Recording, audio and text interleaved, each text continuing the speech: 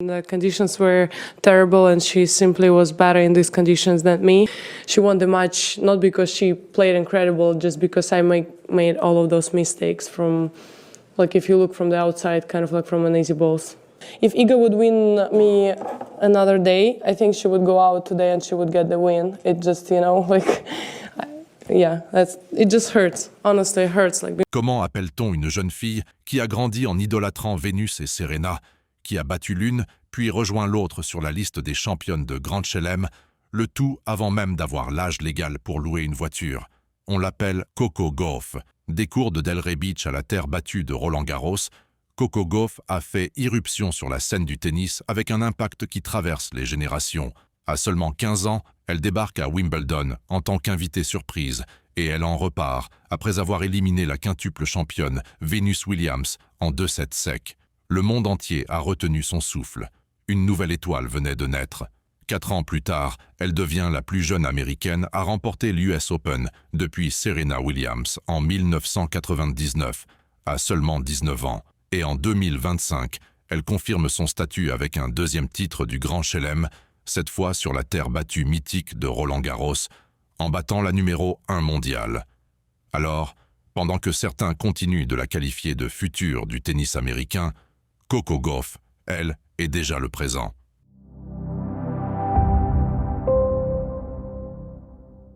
Chapitre 1. Aux origines d'une championne.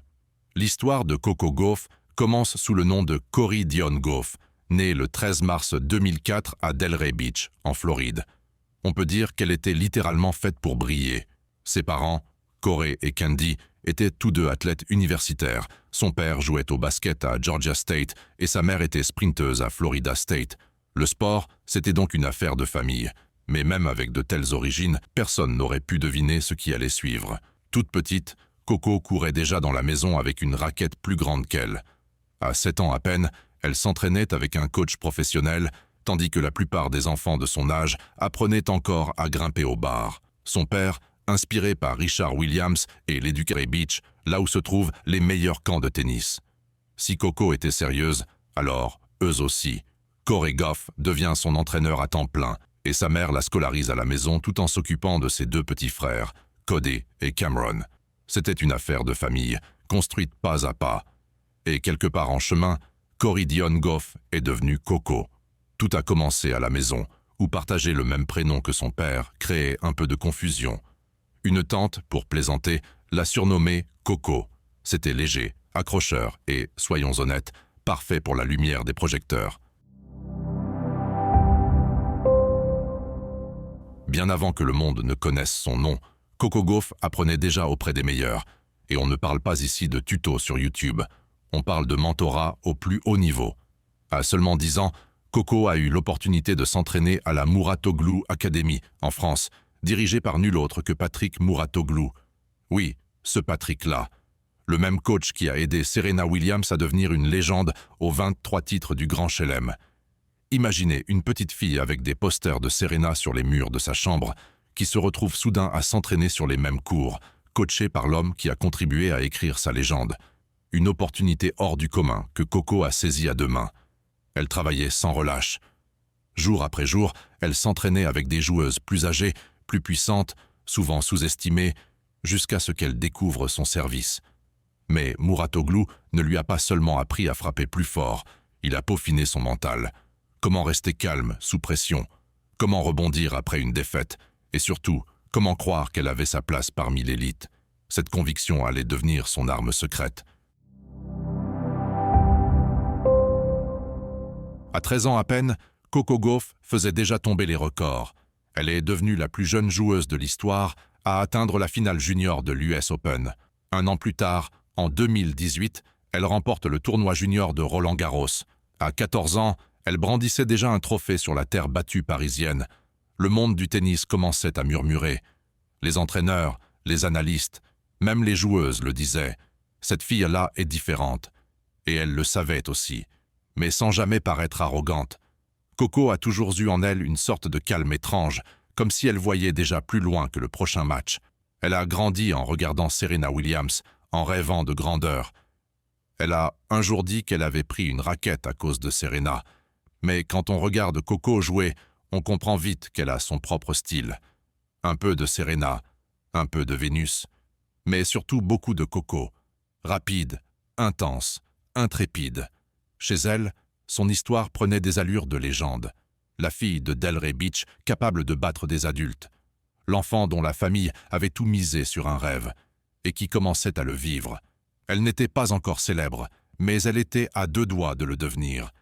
Il ne manquait qu'un match, un moment, celui qui allait la propulser des juniors au centre du monde. Et ce moment approchait. Et ce moment est arrivé à l'été 2019. Et c'était digne d'un film. Wimbledon, la plus grande scène du tennis mondial. Une jeune fille de 15 ans venue de Delray Beach, en Floride, classée en dehors du top 300, totalement inconnue du grand public, fait son entrée. Mais Coco ne s'est pas contentée de se qualifier pour le tournoi. Elle est arrivée raquette en main, avec l'une des déclarations d'entrée les plus fracassantes de l'histoire du sport. Dès le premier tour, elle affronte Venus Williams, la légende, l'une des femmes qu'elle a idolâtrée toute sa jeunesse. La plupart des ados de 15 ans auraient été paralysés, pas Coco. Elle bat Vénus en 2 sets secs, 6-4, 6-4, avec calme et concentration. Elle stupéfie l'univers du tennis, et au filet, elle remercie Vénus pour avoir ouvert la voie. Classe jusqu'au bout. Les médias s'enflamment. La plus jeune joueuse de l'ère Open à se qualifier pour Wimbledon venait de sortir une quintuple championne. Le buzz n'était pas juste réel, il était mérité. Coco atteint les 8e de finale. Et même si son parcours s'arrête là, le message est clair, elle est là pour rester. Coco devient un nom connu du jour au lendemain.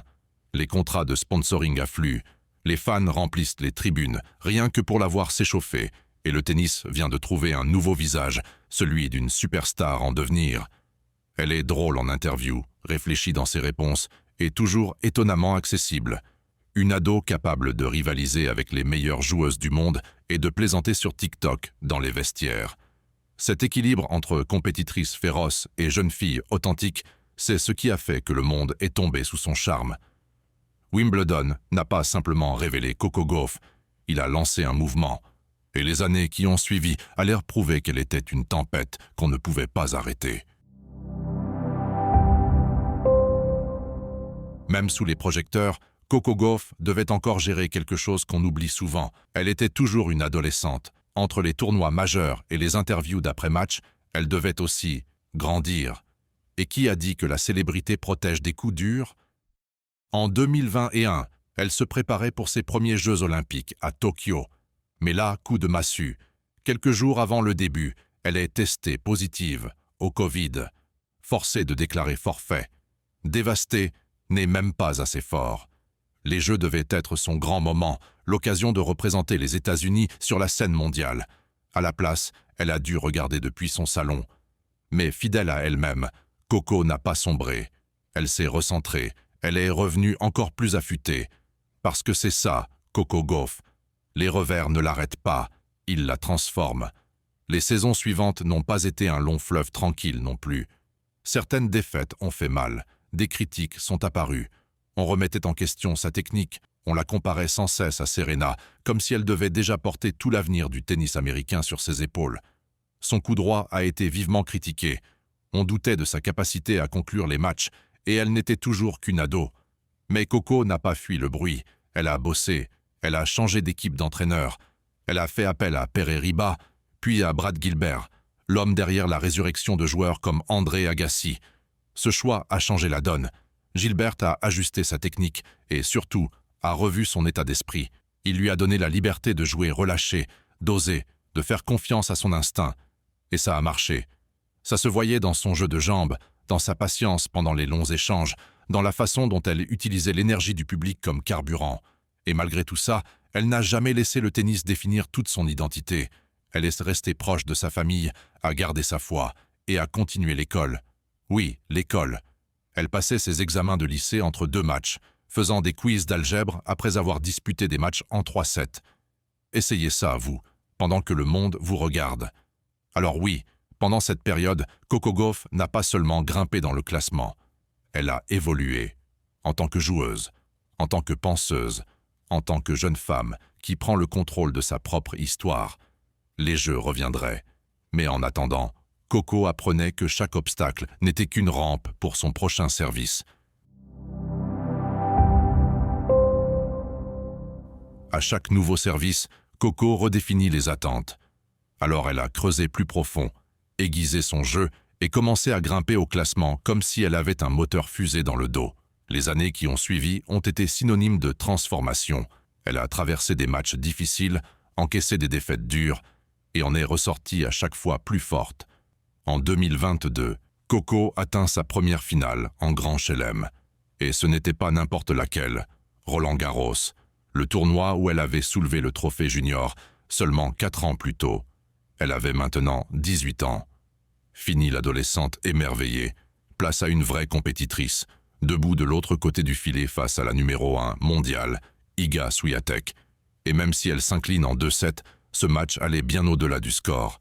C'était un moment plein de sens, une boucle bouclée. La preuve qu'elle avait franchi un cap.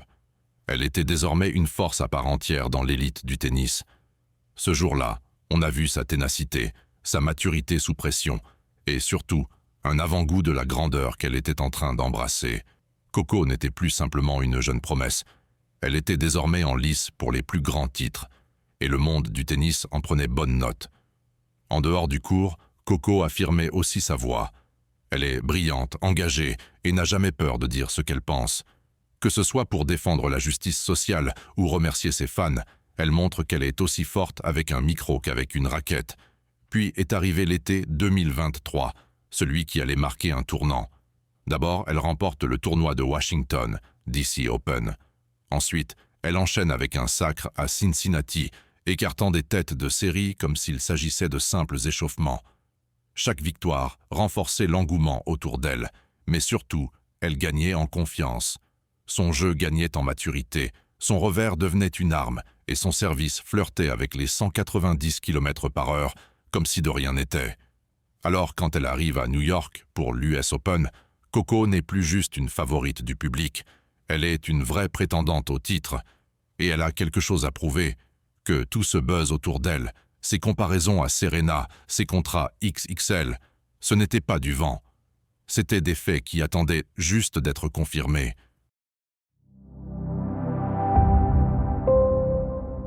L'US Open 2023 ressemblait à son moment dès le début. Dans le stade Arthur Ashe, la foule hurlait pour elle comme si elle représentait toute l'Amérique. Match après match, elle jouait avec de plus en plus de feu, comme si elle sentait que l'histoire était à portée de raquette. En finale, elle affronte Aryna Sabalenka, alors numéro 2 mondiale, l'une des joueuses les plus puissantes du circuit. Et quand Coco perd le premier set, on croit que le rêve est en train de lui échapper. Mais là, quelque chose se déclenche. La petite fille, qui s'entraînait autrefois en France, pleine de rêves, revient à la charge avec rage. Coco remporte les 2 sets suivants 6-3, 6-2. Elle gagne le titre. Et elle envoie un message au monde. À genoux, en larmes, le stade explose. À 19 ans, Coco Gauff devient la plus jeune américaine à remporter l'US Open depuis Serena Williams en 1999. Elle rejoint un club ultra select aux côtés de Tracy Austin, d'Althea Gibson, dont le sacre, 75 ans plus tôt, avait ouvert la porte que Coco vient de franchir à toute vitesse. Les chiffres sont fous, 3 millions de dollars de prize money, une explosion de followers, des offres de partenariat qui pleuvent. Mais la vraie victoire, c'est la reconnaissance. Coco n'est plus une prodige, c'est une puissance. Elle est passée de « elle a du potentiel » à « elle est la réalité ». Et d'un coup, Coco Gauff n'était plus en train de courir après la grandeur. Elle était devenue la grandeur elle-même. À ce stade, tout le monde savait que Coco Gauff pouvait claquer des aces à 190 km/h et survivre à des matchs à rallonge épiques. Mais ce qui la rend vraiment unique, c'est sa manière d'être en dehors du court. Elle a ce mélange signature de cool attitude Gen Z et de mentalité old school. Que ce soit avec ses tresses sur le court, ses punchlines en conférence de presse qui deviennent virales, ou ses prises de position sociale assumées, Coco a un style bien à elle. Elle n'a pas peur de dire ce qu'elle pense, que ce soit sur la justice sociale, l'égalité raciale ou la pression d'être une jeune athlète noire sous les projecteurs. Et quand elle parle, on écoute. Pas juste parce qu'elle est célèbre, mais parce qu'elle est vraie. Là où certains laissent leur équipe de communication gérer leur image, Coco le fait avec sa propre voix. Ses stories Instagram donnent l'impression de suivre une vraie personne, pas une marque. Elle parle des journées presse gênantes, partage ses playlists d'avant-match et poste même des vidéos de danse entre deux tournois. Elle ne joue pas seulement la carte de la réussite, elle profite du voyage et elle nous embarque avec elle. Côté mode, elle marque aussi les esprits. Avec ses collaborations stylées avec New Balance ou ses apparitions au Met Gala comme une reine du tapis rouge, Coco sait se faire remarquer. Elle est joueuse, expressive, pleine de personnalité, mais toujours authentique. Dans un monde où être soi-même est presque un acte de rébellion, Coco brille par son authenticité. Elle n'essaie pas d'être la nouvelle Serena, ni la figure imposée du tennis américain. Elle trace sa propre voie, une voie assez large pour que d'autres puissent marcher derrière elle, et elle le fait avec style. Et n'oublions pas, elle est encore dans la vingtaine. Alors que la plupart des jeunes cherchent encore qui ils sont, Coco construit déjà une marque, inspire des millions et donne l'impression que tout ça est facile. Elle est bien plus qu'une joueuse de tennis, c'est une force culturelle et elle le fait avec du style, de la substance et un sourire qui dit « Ce n'est que le début ». L'histoire de Coco Gauff ne s'arrête pas ici. Elle ne fait que commencer, mais même aujourd'hui, on voit déjà qu'elle construit un héritage qui dépasse largement les trophées. Elle s'appuie sur l'héritage de pionnières comme Althea Gibson, Venus et Serena Williams, et elle en est consciente. Mais elle construit aussi quelque chose de totalement unique. Elle a inspiré une nouvelle génération entière, surtout des jeunes filles noires, à rêver différemment, à se voir dans un univers où, il n'y a pas si longtemps, elles étaient à peine visibles. Coco ne se contente pas de gagner, elle change les règles du jeu. Et ce qui est fou, c'est qu'elle ne fait que commencer. Alors, oui, les livres d'histoire retiendront ses titres du Grand Chelem, ses remontadas folles, son revers fulgurant. Mais ce qui la distingue vraiment, c'est qu'elle n'attend pas de suivre un héritage. Elle en construit déjà un, à sa manière. Et ce n'est pas que dans le tennis qu'elle laisse sa marque. Coco est une voix qui dépasse les lignes du cours. À 16 ans, elle a pris la parole lors d'une manifestation Black Lives Matter dans sa ville natale. Pas avec un discours préparé, juste avec son cœur. Elle a parlé de justice, d'égalité et de cette génération qui va changer les choses. La vidéo est devenue virale, pas parce que c'était bien ficelé, mais parce que c'était sincère. Même les légendes du tennis l'ont remarqué. Billie Jean King l'a appelée une leader générationnelle. Et Serena elle-même a dit que Coco faisait tout ce qu'il fallait. Le plus impressionnant, elle ne se laisse pas écraser par la pression. Beaucoup de jeunes stars s'effondrent sous les attentes. Mais Coco, elle, a trouvé son équilibre. Elle lit, elle médite, elle s'entoure des bonnes personnes. Des gens qui lui rappellent qu'elle est bien plus que son classement. Et c'est peut-être ça, sa plus grande force. Elle joue avec joie, avec un but, et pour toutes celles et ceux qui se reconnaissent dans son parcours. Alors oui, quand on parle d'héritage, celui de Coco est déjà en train de s'écrire, en temps réel. Sur le court, elle incarne le nouveau chapitre du tennis américain, et en dehors, elle est le symbole de ce que la prochaine génération peut devenir. Audacieuse, brillante et authentiquement elle-même. Coco est en train de réécrire ce que ça veut dire être une jeune star dans le sport. Elle chasse les records et l'impact en même temps, et même avec 2 grands chelems, une renommée mondiale et une voix qui résonne bien au-delà du stade. Elle donne toujours l'impression qu'elle vient juste de s'échauffer. Le monde ferait bien de rester attentif, parce que si les 5 dernières années étaient la bande-annonce, alors la vraie histoire de Coco Gauff ne fait que commencer. Et vous, que pensez-vous de cette jeune star? Dites-le moi en commentaire. Merci d'avoir regardé. N'oubliez pas de liker, de vous abonner, et à très vite pour d'autres histoires inspirantes.